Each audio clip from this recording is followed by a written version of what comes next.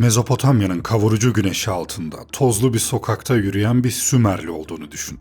Burnunda taze pişmiş ekmek ve baharat kokusu. Bir tüccar en sağlıklı boğasını pazara çıkarmış. Herkes hayranlıkla bakıyor. Derken kalabalığın arasından biri çıkıp boğanın ne kadar güçlü, ne kadar kusursuz olduğunu söylüyor. O gece o boğa ortada hiçbir sebep yokken ölü veriyor, iyi mi? Tüccarın söylediği şey şu: Ighulu, yani kötü göz. Dünyanın neresinde ve hangi zamanında yaşadığın fark etmez. Bu olayın adını hepimiz biliyoruz, değil mi? Nazar.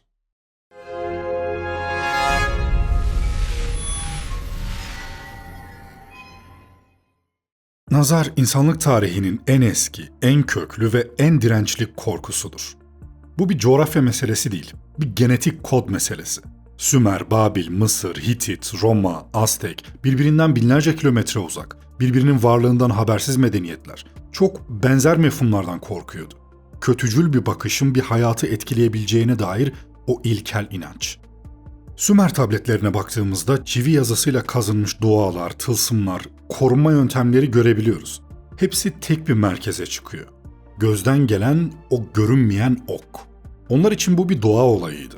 Yağmurun yağması, güneşin doğması kadar fiziksel bir gerçeklik. Peki neden her yerde aynı korku var? Neden insanlık bu bakıştan gelen zarar fikri üzerine bu kadar ittifak etmiş? Cevap bakışın kendisinde gizli. Göz sadece ışığı toplayan bir organ. Antik Yunan'da bu soru üzerine koca bir felsefe inşa edilmişti. Platon, Aristoteles, Heliodorus, bu isimler nazarın varlığını tartışmıyorlardı. Nazarın nasıl çalıştığını anlamaya çalışıyorlardı. Tabii henüz bizdeki biçimini almamıştı. Onlara göre gözden çıkan ışınlar, karşıdaki nesneyle veya canlıyla fiziksel bir temas kuruyordu. Ekstremisyon teorisi dediler buna. Yani göz dışarıya enerji yayan bir kaynaktı. Plutarkos'un yazdıklarına bakıyoruz, bakışın kurbanın içine işleyen zehirli bir buhar gibi olduğunu savunuyor. Kıskançlık ve hasetle dolan bir zihnin bu zehri göz bebeklerinden dışarı pompaladığına inanıyordu. Bu teoriye göre göz, ruhun dış dünyaya açılan tek penceresiydi. Ve o pencereden sadece ışık girmiyor, içerideki karanlık da dışarı sızıyordu. Romalılar bu korkuya fascinatio diyordu. Bugün kullanılan fascinating, yani büyüleyici kelimesinin kökeni de burası. Ama o zamanlar bu bir iltifat değildi. Bir felaketti. Fazla övgü, fazla güzellik, fazla başarı. Onlar için bunlar birer alarm ziliydi. Çünkü tanrıların ya da haset dolu insanların gözlerini üzerlerine çekebilirlerdi. Bu yüzden Romalılar boyunlarına fascinum denilen muskalar takardı. Bu muskalar genellikle phallus, yani erkeklik organı şeklindeydi. Neden mi? Burada muhtemelen ciddi bir açıklama bekliyorsunuz, değil mi? Ama cevap aslında çok daha insani. Çünkü nazarı şaşırtmak, en kötücül enerjiyi komik ya da tuhaf bir nesneye yönlendirip etkisiz hale getirmek istiyorlardı. Ciddiyetle takılan, hayat kurtardığına inanılan bu nesneler o dönemin sarsılmaz koruma kalkanlarıydı. Mısır'da ise durum daha ilahi bir boyuta taşındı. Horus'un gözü, her şeyi gören, her şeyi bilen ve kötü bakışı kaynağına geri gönderen o meşhur sembol. Mısırlılar için göz hem bir saldırı hem de bir savunma aracıydı. Firavunların mezarlarından sıradan halkın takılarına kadar her yerde bu göz sembolünü görürsünüz. Korunmak için tek bir yol vardı: daha güçlü bir gözle bakmak. İnsan zihni açıklayamadığı felaketlere bir isim vermek zorunda. Aniden kuruyan bir kuyu, durduk yere ölen bir at, bir gece uykusunda solup giden bir bebek. Bilimsel açıklamaların, tıbbın, fiziğin henüz emekleme aşamasında bile olmadığı bir dünyada suçluyu bulmak hem zordu hem de bir bağlamda kolaydı. O gün sana çok derin bakan o kadın, senin başarını öven o komşu, senin güzelliğine hayran kalan o yabancı. İnsanlık başına gelen kötülüğü somutlaştırmak istedi. Ama bu sadece bir açıklama bulma çabası mıydı, yoksa insanlar bizim bugün modern gürültü içinde unuttuğumuz bir şeyi, İnsanın insan üzerindeki o karanlık etkisini mi fark etmişlerdi? Göz odaklandığı noktaya bir şey taşır, bir gerçek. Bakışın ağırlığını hissetmeyen var mı? Arkamız dönükken bile birinin bize baktığını anlarız bazen, değil mi? O ensemizdeki karıncalanma hissi. Sadece bir rastlantı mı bunlar? Yoksa binlerce yıl önce o insanlar biyolojinin henüz keşfetmediği bir iletişim kanalını mı kullanıyorlardı? Birinin başarısına baktığınızda ne hissedersiniz? Gurur mu? Yoksa o midenize oturan, boğazınızı düğümleyen ince bir sızı mı? Çoğumuz kabul etmeyiz tabii ama o sızı orada değil mi? Adı haset. Nazarın yakıtı işte bu duygudur. Haset ve kıskançlık farklı şeylerdir. Kıskançlık onda var, bende de olsun demektir. Masumdur bir bakıma. Hasetse karanlıktır. Bende yoksa onda da olmasın der. İşte bu yıkıcı arzu, göz bebeğinden dışarı sızan o görünmeyen okun ucundaki zehirdir. Francis Bacon, haset üzerine yazdığı denemelerde bir tespitte bulunur. Hasetin en çok göz yoluyla bulaştığını söyler. Çünkü göz, ruhun en şeffaf olduğu yerdir. Diğer organlar yalan söyleyebilir. Dil susar, el titremez, yüz kasları donabilir. Ama göz zihindeki o anlık karanlığı saklayamaz. Konunun çok fazla derinlerine henüz inmemişken size meselenin bilimsel yönünü anlatmak istiyorum. Kafanızda çok fazla soru işareti oluşmadan önce gerilimi bir nebze serbest bırakalım. Hadi tamam, ilkel düşünce, batıl inanç falan filan saatlerce konuşabiliriz de. Gerçekten bilim ne diyor bu konuya? Bilimin burada ilgilenebileceği soru şu olabilir. Gözden enerji çıkar mı? Bugün gözlerimizin biyolojik bir fener olduğunu biliyoruz. Biyofotonlar. Vücudumuzdaki hücreler düşük yoğunluklu ışık yayar. En yoğun çıkış noktalarından biri de gözlerdir. Bilim insanları bunu laboratuvar ortamlarında ölçtüler. Göz elbette bir alıcıdır ama aynı zamanda aktif bir verici. Şimdi bu vericiyi bir düşünün. Zihniniz öfke, hayal kırıklığı ve hasetle dolu. Beyninizdeki nöronlar saniyede binlerce kez ateşleniyor. Bu yoğun duygusal yük biyofotonlar aracılığıyla bir frekans olarak dışarı yayılıyor olabilir mi? Kuantum dolanıklık teorisi bize parçacıkların birbirinden bağımsız hareket etmediğini söylüyor. Belki de bakışımız, odaklandığımız nesnenin ya da canlının anatomik yapısında mikro düzeyde bir sarsıntı yaratıyordur. Bir frekans uyuşmazlığı, bir sistem hatası. Aniden bozulan cihazları düşünün veya camdan bir eşya kırıldığında nazar çıktı dediğimiz o anları. Elektronik devreler frekanslara duyarlıdır. İnsan vücudu, sinir sistemi, kalp ritmi bunların hepsi belirli bir elektromanyetik alan içinde çalışır. Eğer göz bu alanı bozabilecek güçte bir dalga boyu fırlatabiliyorsa o zaman nazar batıl bir inanç değil, henüz formülü yazılmamış bir fizik kuralı olabilir. Ama şimdi böyle olabilirlere bakacak olursak neredeyse her şey mümkündür. O yüzden biraz daha somut bir çerçeveye çekelim olayı. Bilim bu konuya ne kadar yaklaşabilir? 3 ayrı başlık var burada. Biyofotonlar, elektromanyetik alan ve kuantum dolanıklık. Her biri gerçek bilim alanı. Ama her biri de nazarla bağlantısının kurulduğu noktada ciddi metodolojik sorunlarla karşı karşıya. Biyofoton cephesinde zemin en sağlam olanı. Kobayashi ekibinin 2009 tarihli Plus One çalışması insan yüzünden yayılan biyofotonları görüntüledi ve gözler gerçekten en parlak noktalar arasındaydı. Ama ölçülen foton miktarı karanlık adaptasyonlu bir gözün algı eşiğinin çok altında. Yani bu ışık karşınızdaki insanın retinasını etkileyecek güçte değil. Elektromanyetik alan argümanı için de benzer bir ölçek problemi geçerli. Kalp ve beynin ölçülebilir bir EMA ürettiği doğru ama bu alan vücuttan birkaç santimetre uzaklaştığında dramatik biçimde zayıflıyor. Karşıdaki insan hücrelerini etkileyecek eşiğe ulaşmıyor. Kuantum dolanıklıksa en kritik nokta. Çünkü en yanlış kullanılan da bu. Dolanıklık laboratuvar koşullarında, izole parçacıklarda, düşük sıcaklıklarda gözlemleniyor. Fizikçi Max Tegmark 2000 yılındaki çalışmasında gösterdi ki vücut ısısında kuantum tutarlılığı femtosaniyeler içinde çöküyor. Yani bakış kuantum düzeyde etki yaratır önermesi mevcut fizikle uyuşmuyor. Peki bilim neden bu konuya mesafeli? Bilimsel camiada uzun yıllar boyunca olağan dışı iddialar, olağan dışı kanıtlar gerektirir ilkesi, genellikle Carl Sagan'a atfedilen bu formülasyon bir geçit işlevi görüyor. İddia ne kadar yerleşik bilgiyle çelişiyorsa, onu kabul etmek için gereken kanıtın kalitesi de o kadar yüksek olmalı. Bu bir ön yargı değil, metodolojik bir zorunluluk. Nazar meselesi özelinde bilimin tavrı şu: biyofotonlar var, elektromanyetik alanlar var, kuantum etkileri var. Ama bakış yoluyla uzaktaki bir nesneye zarar verebilir önermesi için bu üç gerçeği bir zincir gibi birleştirmek gerekiyor. Ez cümle bilim nazar kesinlikle yoktur demez. Test edilebilir, tekrarlanabilir bir mekanizma bulunamadı der. Bir de şu mesele var: nosebo etkisi. Yani zararlı olduğuna inanılan şeyden zarar görme fenomeni. Bu fenomen fizyolojik değişimler yaratan bir fenomendir ve nazara inanan toplumlarda gözlemlenen etkileri kısmen açıklayabilir. O yüzden birkaç dakika önce söylediğim o henüz formülü yazılmamış bir fizik kuralı olabilir ifadesi bulguların işaret ettiği bir sonuç değil. Tamam, burada bir sürpriz yok. Bilim evet nazar değiyor size arkadaşlar diyecek değildi. Ama ortada bir olgu var. Bir şeyler oluyor.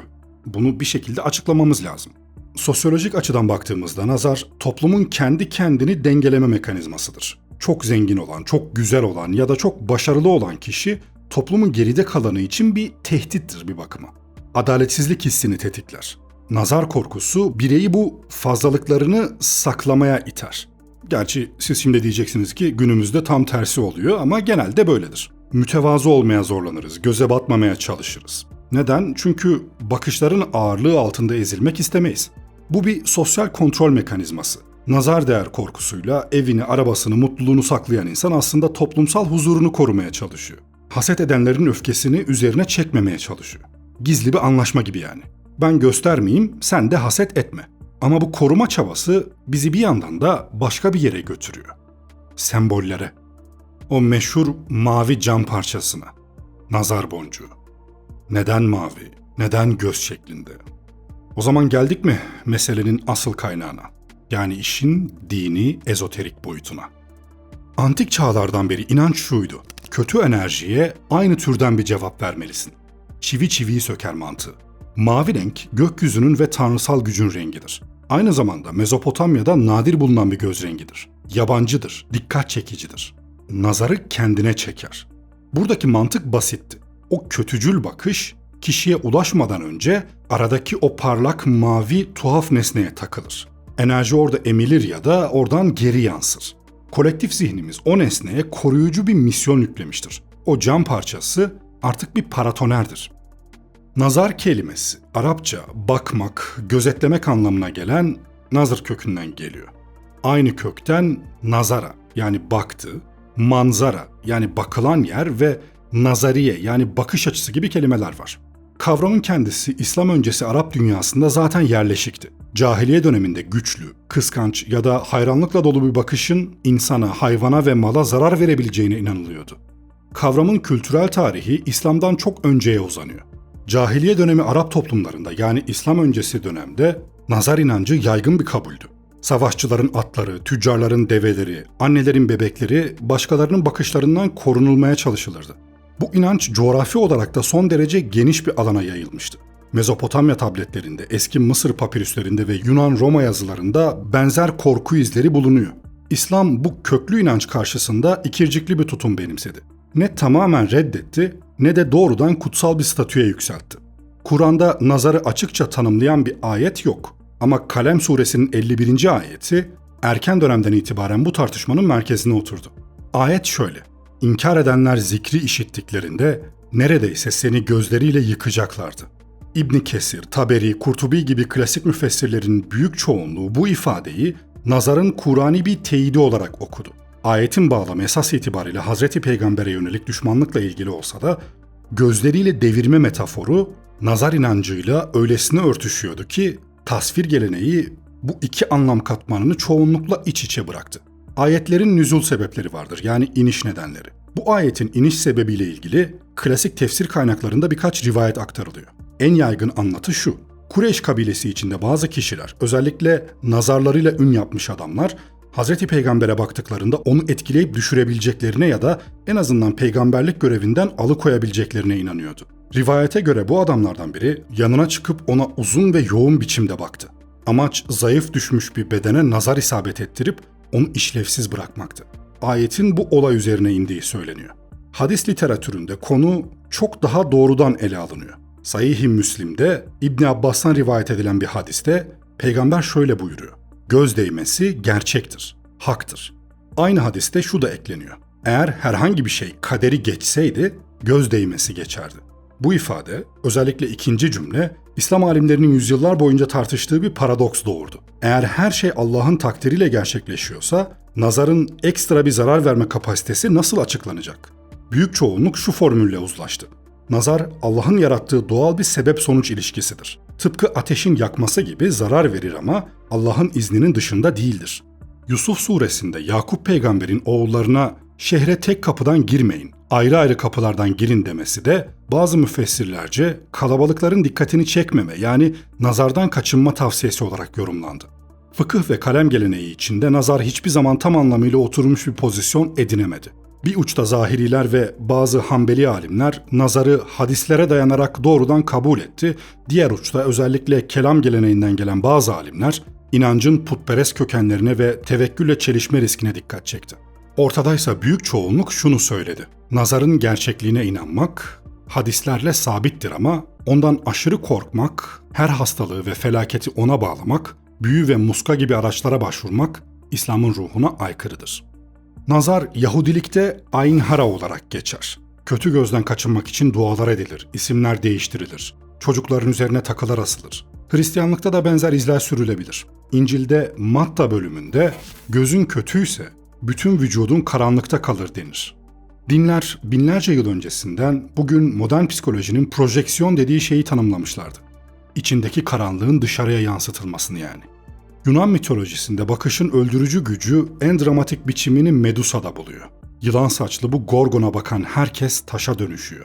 Perseus onu ancak kalkanını ayna olarak kullanarak, yani doğrudan göz temasından kaçınarak öldürebiliyordu. Kelt geleneğinde Balor of the Evil Eye figürü öne çıkıyor. Famorların tek gözlü tanrısı Balor'un gözü kapalı tutulurdu.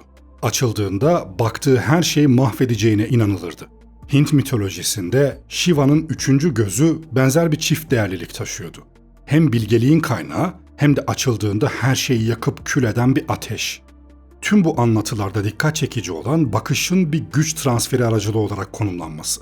Carl Jung bu tür arketipleri kolektif bilinç dışının evrensel kalıpları olarak yorumluyor. Peki ya bugün?